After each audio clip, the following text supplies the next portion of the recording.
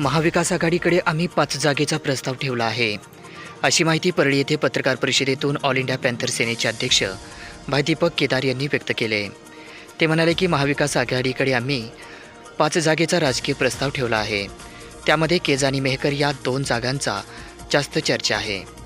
तसेच महाविकास आघाडीकडून आम्हाला मानाचे स्थान मिळालं तर आम्ही नक्कीच त्यांच्यासोबत लढू, अन्यथा आमच्यापुढे ABCD हे 4 प्लॅन आमच्यापुढे रेडी आहेत, असे मत ऑल इंडिया पॅन्थर सेनेचे राष्ट्रीय अध्यक्ष दीपक केदार यांनी परळी येथील शासकीय विश्रामगृह येथे आयोजित केलेल्या पत्रकार परिषदेमध्ये ते आज शनिवार दिनांक 5 ऑक्टोबर रोजी सायंकाळी 6 वाजता बोलत होते।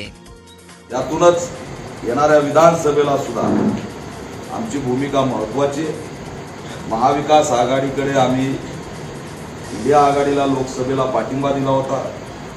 तो पाठिंबा राजकीय कमी आणि संविधान वाचवण्यासाठी मोठ्या प्रमाणात होता, त्याच्यामुळे तो बिनशर्त पाठिंबा दिला। परंतु महाविकास आघाडीला आता आम्ही आमचा राजकीय प्रस्ताव ठेवलेला आहे, तो 5 जागेचा प्रस्ताव आहे।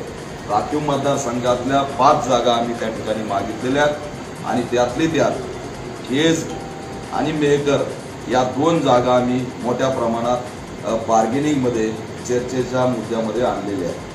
यात जर आम्हाला स्थान मिळालं, सन्मानाचं स्थान मिळालं, लोकसभेला जो पाठिंबा दिला आहे त्याचा त्यांनी आदर राखून जर आम्हाला त्या ठिकाणी स्थान दिलं तर आम्ही नक्कीच महाविकास आघाडीसोबत लढू, अन्यथा ABCD 4 प्लॅन आमच्याकडे रेडी आहेत आणि ते आम्ही त्या ठिकाणी राबवल्याशिवाय राहणार नाही।